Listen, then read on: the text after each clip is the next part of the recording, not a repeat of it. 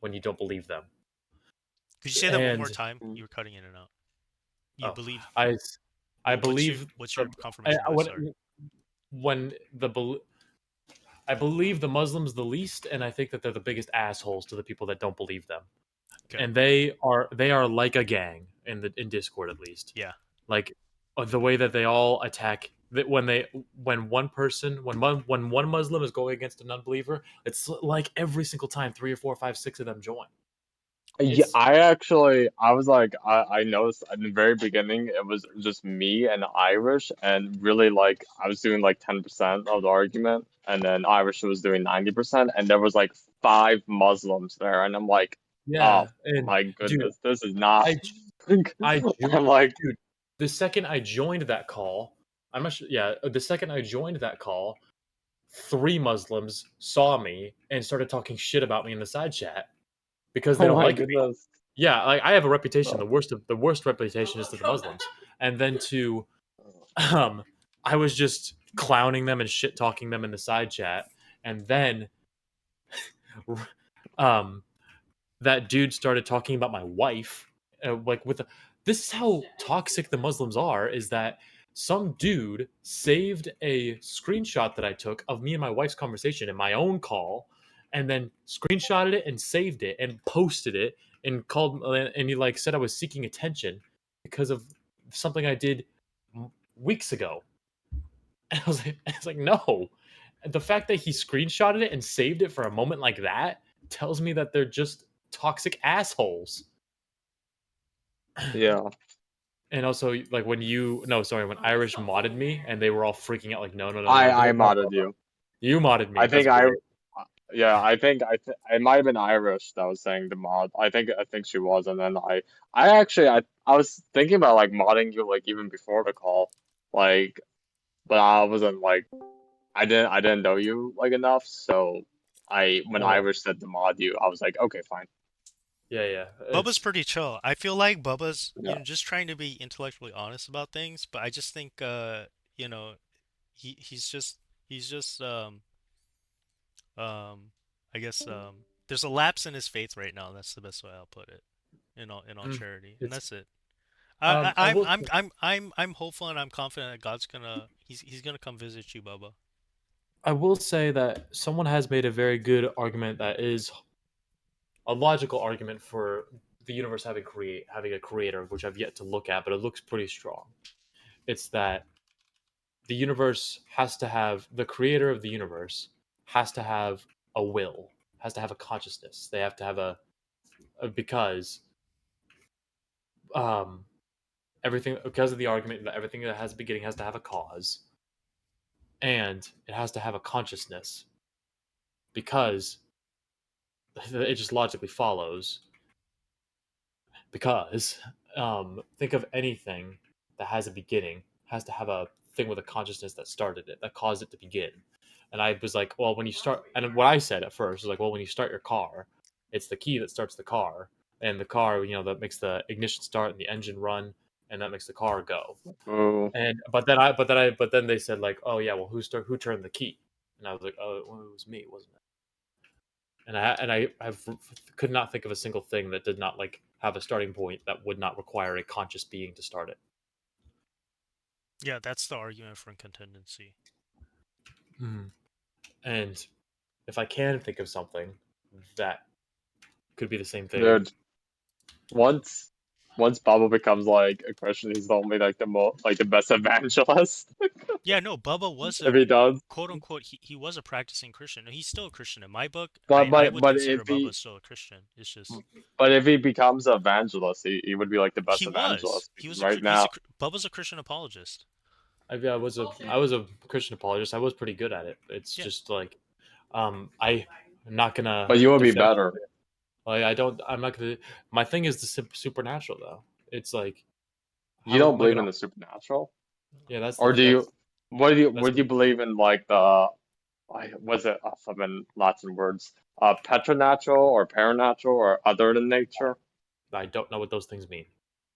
Paranormal, other than nature, preternatural, like, or even would you believe like superhuman knowledge, like ghosts? whatnot. Ghosts, no, not really. Like so Okay, spiritual beings, not really. Therefore, God, not really.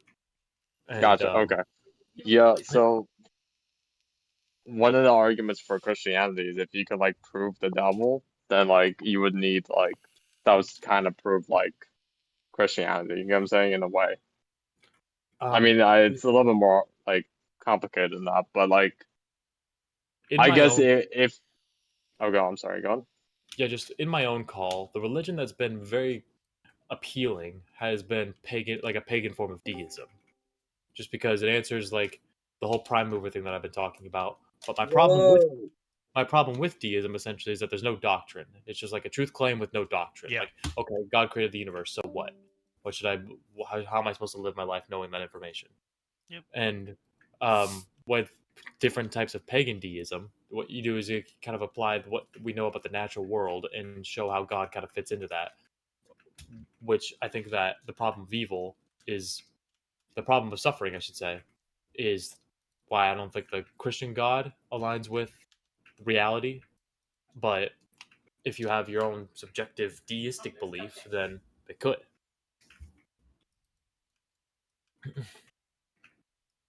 Yeah, I mean, there's Christians that go down the deist route as well, and some of them aren't even aware that they are going down that route either. Mhm. So,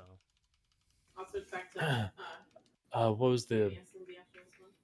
Oh, yeah, I was just gonna back up a little bit and show that Muslim. I'll show it to Abismo because I thought he would find it. Maybe he would get pissed off at it like I did. Just that dude who did post like an old screenshot that I put into my own call. That Muslim guy. It was just uh, during the Muslim debate when I was talking shit to the Muslims. Some guy posted this, and it was like I posted in. Meredith I is was your wife? Yeah, Meredith is my wife. No, Okay. the text message that I put from weeks ago is from my wife, and that means Meredith. Meredith is a dude, bro. Meredith screenshotted that message that I put and kept it for like a moment like this, and said I was seeking attention. Like, bro, what? That was in my own call, which he wasn't there, so he looked in my call, screenshotted the message that I sent, and kept it so that he could tell me now that I was seeking attention. Like, what the fuck? It was also in context. The reason that I posted that message is because someone else in my call said that I was good looking, and I said only my wife is allowed to call me good looking, and then I posted in the side chat exactly what she said.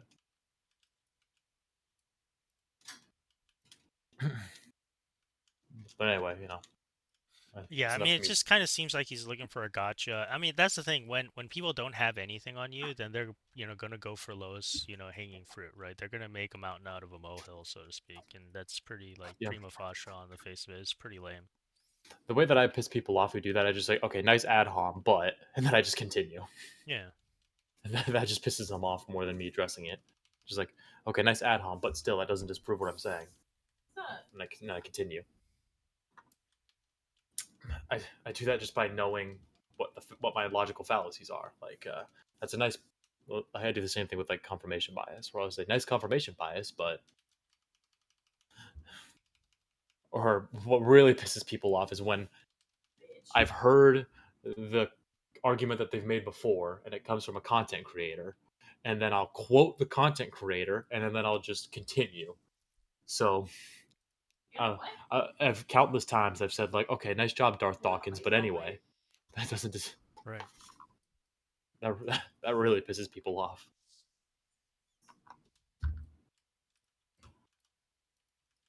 I don't think has Darth Dawkins like actually done like good evangelization work, or like is he He's He's been just just a like running. precept.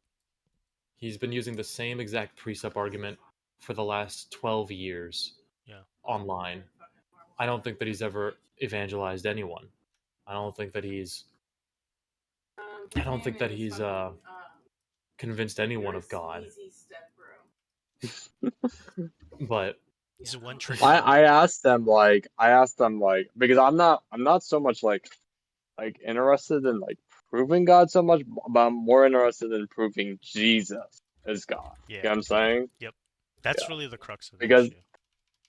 But it's again like if you prove God, like boom, you're now a DS. Like what was that? You know what I'm saying? Yeah. Um, And so I asked him like, hey, how do we prove Jesus? And he said gave me 5 paragraphs, and I got like I think I understood one sentence of what he was saying. Yeah, um, how do we prove Jesus? you can look into the historical evidence, but what I usually do that. Oh wait, hold on. Sorry, you're not young. The way to prove Jesus would be through the historical evidence, but it's my thing is that I dismissed a lot of the New Testament because of its lack of historical reliability. Oh, okay. Or actually, was it? Hold on, I don't think I. The only thing that I disregarded about the New Testament holds up surprisingly well, except Yeah. for the Gospel of Mark. Why do you say that? Who is the intended audience of Mark? That's a good question. That's interesting. So you're saying like the smallest book, like uh, It's one of is the like the Gospels, least credible? one of the Gospels nonetheless, and because you can, well, Because Mark is like the smallest one, so it has well, like the yeah, least well, detail it's in a still one of the way. Gospels nonetheless. John also has a big fail in when it comes to the audience category, which I usually pass all the time. Bubba, check this video out. I'm sure you've heard of Wes Huff in the past week. Jesus got actually no. That's interesting. I don't know if this addresses your exact question, like who's the intended audience of Mark, but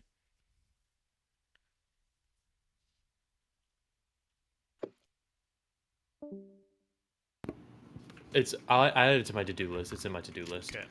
The the other thing, because all the other gospel, you can argue, because I always give a very big benefit of the doubt when it comes to the audience category, because Luke identifies Theophilus in Luke 1:1, and but he doesn't do it in the book of Acts. So who's the book of Acts written to? Is it also written to Theophilus? If it is, then there's no way of knowing. Hmm. And for reference, I give every book of the New Testament except for like two a pass for who was the intended audience, because you could take a decent leap, you can take a big leap of faith and just kind of know who the book was written to. So only Mark and John you would like question. Also, why was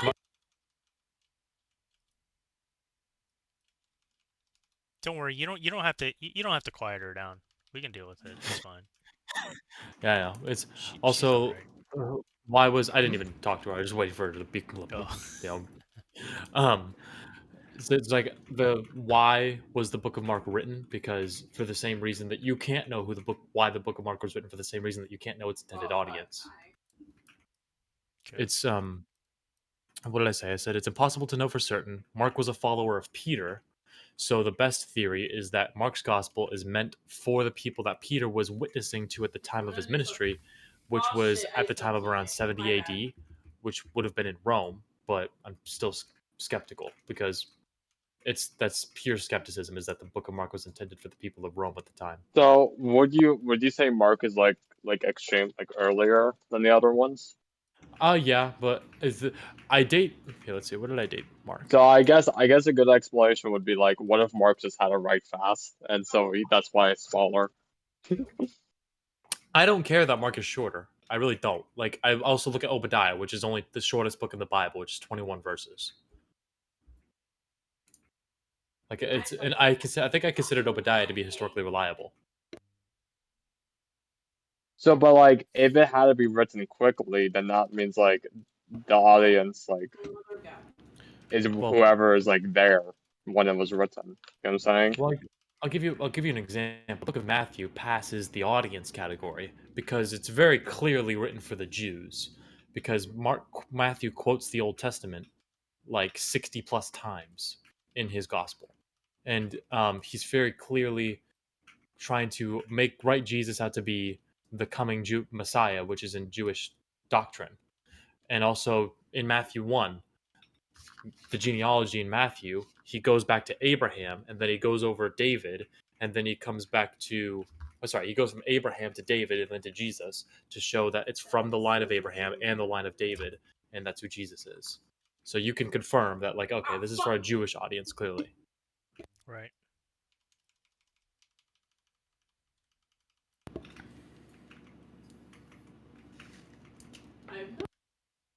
But something I haven't brought up is because I said it earlier that I don't believe in the supernatural, that all the Gospels actually don't pass because they have supernatural claims in a historical narrative. Mm. Okay, so okay, gotcha. So you haven't seen any evidence of anything outside of nature doing something to nature. Therefore, like Yeah, you say and the entire Bible is like discredited. yeah, that's unfortunate because I know basically the only way that I can know for certain that these supernatural things can happen would be through like some type of personal revelation. Yeah. But Right. like other people's personal revelations cannot be confirmed or denied to me, Right. which is unfortunate. I mean, But what about like go ahead. what about like I'll give you an example, right? What if like 5 people all went into the woods and they all saw a werewolf, and then 40 years later, over 40 years, not a single one of them like deviated from their story. Would you believe that they're saying the truth?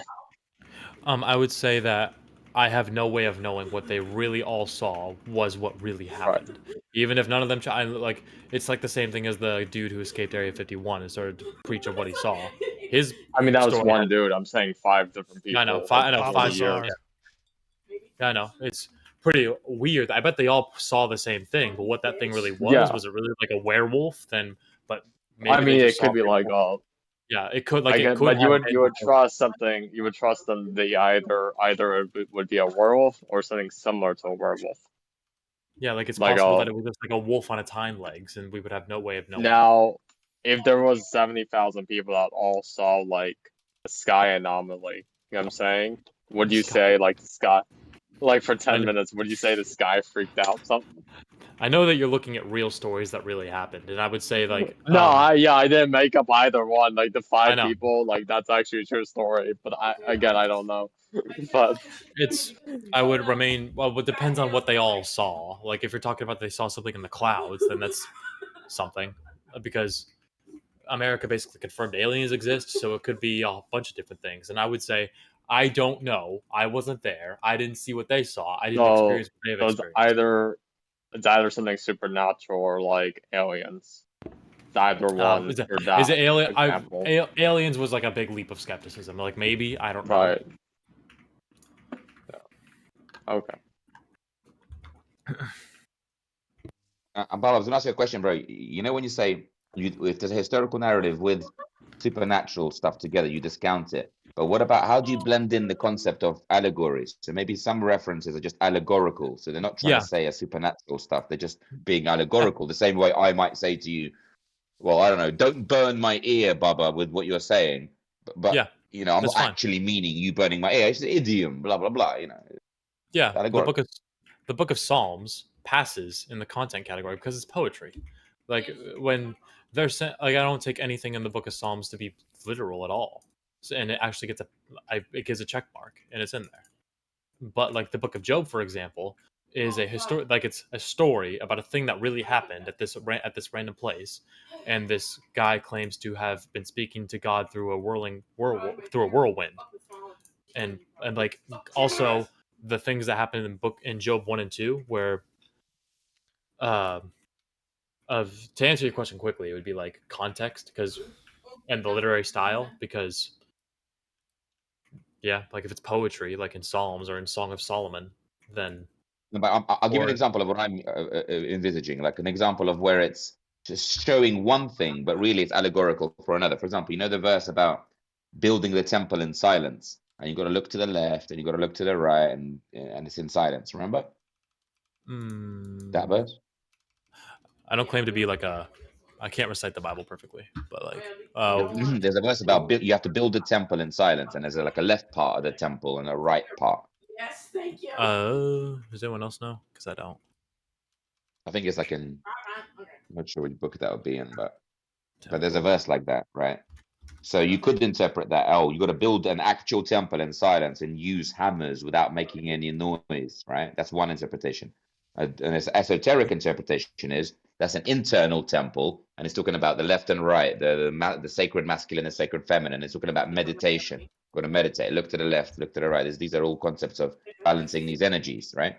So that's just an example of how if we could I could find you something like that regarding the talking snake or whatever else, and you would say that's supernatural, but really it could just be talking about a meditative practice or some other esoteric thing, which isn't, they're not trying to say it's actual. They're trying to say it's encoded kind of thing. So do you unpick the code in any way, or do you just only look at it face value for your system, for your I your when I see, because you were talking about like Genesis, I would look at the literary style of the book or like of the story that's being told, and when you read in context, you kind of know whether or not you're speaking in like Jesus's parables.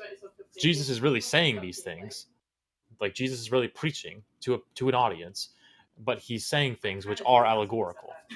But when he's talking about, let me look at Jesus' parables. I have Jesus' parables in front of me. Where is I'll give you it? an example, a much broader example. So the people that left Egypt, the Exodus, right? And they Yeah, crossed the Red Sea, it split. yeah, So like you that's would a say that's supernatural, right?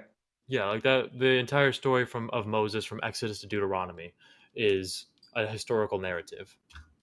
Right. And then Noah's Ark, that would also be supernatural. The two animals on the boat, that's also supernatural.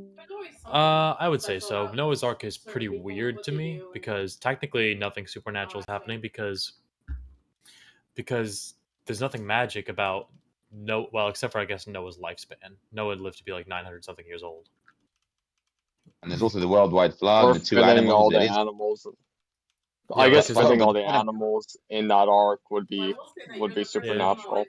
yeah, like how big really was that ark? Yeah, yeah. I mean, There's like but the whole, all I'm trying to say is that could be a story about an actual arc, right? Right, about, or it could be a story about, for example, an esoteric interpretation is that is all about again self-healing, going through a tough journey, saving, growing anew, being reborn anew. So it's got a completely different metaphysical meaning if you read it that way, right? But if you read it like directly, it looks supernatural, like magic is happening, right? But if you look at it Yeah. esoterically, like the tortoise and the rabbit, if you look at it esoterically, it's just telling you a spiritual truth. Like, for example, in this case, it would be self-healing, rebirth, doing yeah, things fresh, whatever, right? and So how do what we you're know which version are you using for your system, number one? And then how do we know which one is the intended version? Well, I think that the stories in the basically the whole Torah is including the Garden of Eden, including Noah's Ark, including the stories of Moses, are a historical narrative where you're saying things that what the stories are claiming things that actually happened.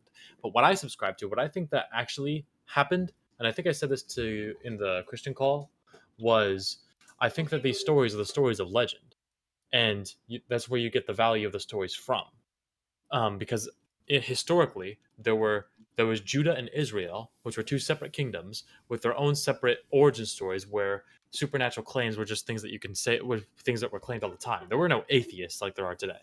It's just like you have storytelling traditions that people would tell, and I think that the stories of Moses, for example, were a storytelling tradition. Same with the story of Noah. Same with the story of Adam and Eve, and then these kingdoms eventually combined into one kingdom, and then the book of Leviticus is would have been made after these stories combined so that they can establish things like law and they can establish principles and values and how to go about their nation.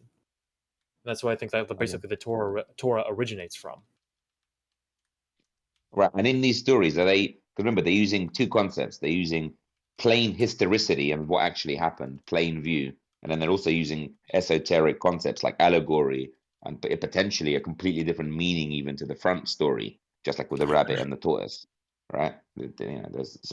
So on what level do we, there's a famous question to ask of any religious people, like on what level are you going to interpret different contexts, on a Um, very, very allegorical level, on a bit of both level, or just a plain view, plain way it says is what it is level.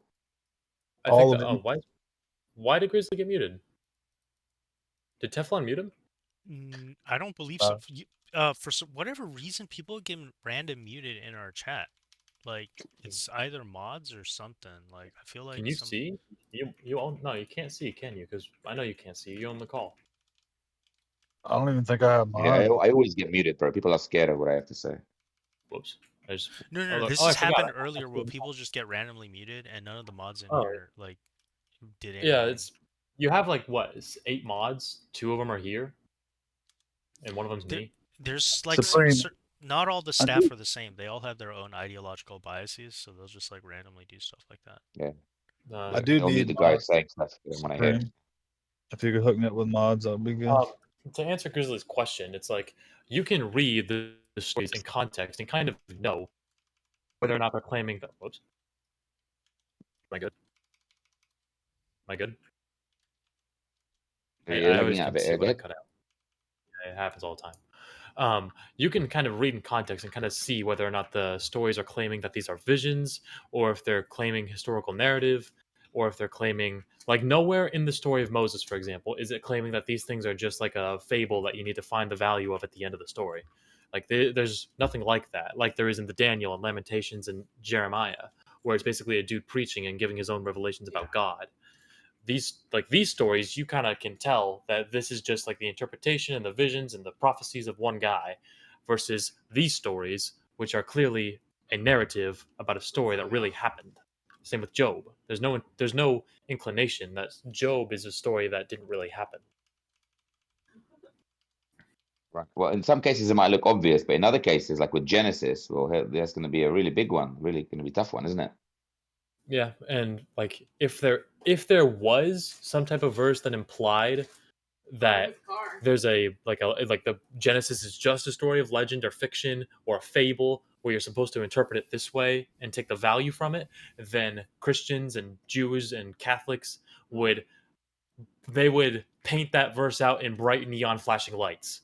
Like, then if it was a story of legend, then we would know and we should know, but we don't, because there's a lot of people that will say that most Christians will say that the very first humans on earth were Adam and Eve, and that the entire Garden of Eden was true, including the talking snake. Well, this is the thing, because if it's either allegory and there's another truth that we have yet to see that's there, because the allegories, remember, an allegory is just talking. There's another Yeah, truth that's yet to be seen, right? Or it's true as we read it, right? So No, which one is no, it, no, right? no. So No, it's both.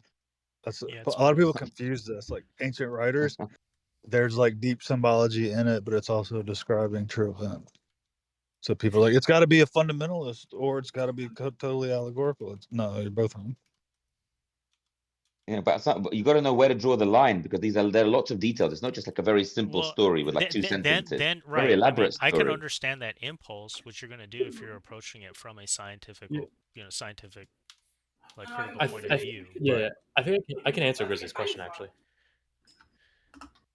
It's that Okay. basically you'll have two groups of people. There will be the people that will be complete Bible literalists and claim everything that, like, the everything in Genesis and everything in Deuteronomy really happened and it's really true and we should take it absolutely literally. Like Seth lived to be 930 years old, Adam lived to be 990 years old, and that there really was a talking snake. And then there will be other people that will say that it's completely allegorical, like you're saying, and there's really just the stories of legends and fiction that we should take some type of value from it. Everyone who's being academically honest, I think, fits somewhere in the middle. Where, like, yeah, these parts are probably most likely true, but these parts we should probably take to be allegorical. If anyone's being academically honest, then it'll be kind of subjective, and you'll kind of fall somewhere in this line. I know that's fair enough. I agree with that. But then the problem then becomes, because there are so many different particular facts. It's such an elaborate story. So many different facts. It then becomes very subjective and very, very gray as to where the truth is, because there are so many different interpretations that are possible. You see, given that Yeah, spectrum. and that's where no two Christians in this category of thinking will be the same. Like, some I've asked a lot of people when I was struggling with the question of 6-day creation. Is 6-day creation literal or metaphorical? People in this server believe a lot of different things. Peripheral, for example, he believes in a literal 6-day creation.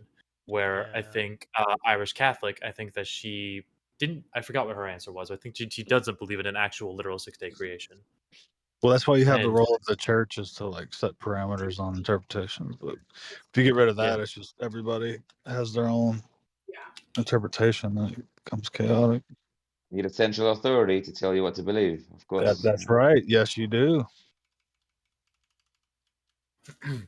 If Grizzly was a Christian, I do believe he'd be more of a Protestant. I'm never going to serve central authority, bro. See, it's not in my bones. He'd be got it, non-denom. So What's as soon good as I see about having something a? where there's essential authority, I'm not there. That's all I need to see, no matter what it says after that. But isn't it just like a modern instinct because our institutions are so corrupt or whatever? But like, what's wrong in principle with having a central authority? No, I see what you're saying. You're saying like, yeah, no, you're right. Like, that shouldn't be the reason. Oh, just because central authority could exist, you don't like it just because it exists. No. I'm saying I'm coming at it from the other way. I'm saying it's only justified to have personal authority. Therefore, when I see outside authority, central authority dictating something to me, I see that as a violation of my personal authority, which No, I it's not believe like comes they're first. dictating it. It's just like you wouldn't just trust yourself when you're doing science or whatever. Like, oh, I don't trust the central authority of people that keep the knowledge and test the knowledge or whatever. Like everything, you have to structure it some kind of way that's outside of your own personal. But Um, ultimately, I see what you're saying. But ultimately, ontologically, whatever speaking, whatever, you're gonna have to ask yourself the question: do you trust yourself more, or the central authority telling you something more? What do you trust? Who do you collective trust more? intelligence. I Sorry. by far trust the collective intelligence of this priesthood that's had centuries and centuries of investigation of all these people having collective knowledge. I trust that way more than myself to just read some ancient text and think that I'm interpreting it correctly. And For me, I'm the opposite. I would trust myself more, and I wouldn't trust myself more to read the text. I would trust myself more to look at the natural world and work out what God is from the natural world directly. Right? I would trust myself more at that activity than trusting the central authority. well, everyone I know that's like that has a different, crazy, stupid, retarded opinion. So I don't think that's a good way to go about it. Well, that's just being rude and being condescending. That's all. Maybe you're wrong. Maybe they're right. No, it's not. Well, which one's right? Because they'll have different ideas. They can't all be right if they disagree. See what I'm saying? There's got to be like some. Who keeps muting Grizzly? It's like if every guy that comes up with his own system were right, all those systems would agree with each other, but they don't agree with each other. So I think you need some collective enterprise, especially if you think that God is revealing Himself through human intelligences. It all has to be coherent and agree. It can't just be, oh, my crazy opinion's right, and then no, my crazy opinion I came up with on my own is also right, but they disagree with each other. You'd be the crazy guy in the street swatting flies saying, "He's coming tomorrow!" What's that guy that was on Joe Rogan? That crazy black guy? Billy Carson, Oh, Yeah. yo. So that's what we did yesterday. Is we watched the freaking live stream of the Billy Carson thing. That shit. So he's like suing everybody, trying to get him to take it down and threatening people. Did you watch the debate? I have it. I Yeah. have the link to it. I So didn't this watch the is the whole thing, but I full watched clips debate. from ridiculous. So this Wesley Huff guy, I've known about him, right? So he's a Protestant, just so you know, but he's like an actual like scripture scholar, like what you call archaeological scripture scholar, right? He studies papyri and stuff like this. So um, it was hosted on this like random Protestant streamers channel, and then you know Billy Carson gets dismantled. Billy Carson shows up at that random Christian YouTuber's house and serves him a cease and desist. So these fucking ridiculous. idiots and they go around and repeat all this stupid shit from their research that's just like provably false, like undeniably, and then people believe it, and then they hear that guy on their YouTube channel, and then they spread all these like stupid mythological ideas about Yep. the origin of the Bible and all these secret knowledge shit. And that's why everyone's retarded, and this is why you need a central authority because What is it people like are retarded. the sacred writings of Thoth or something like that? Like Yeah. is that was also fabricated in like the 1700s or something? Yeah.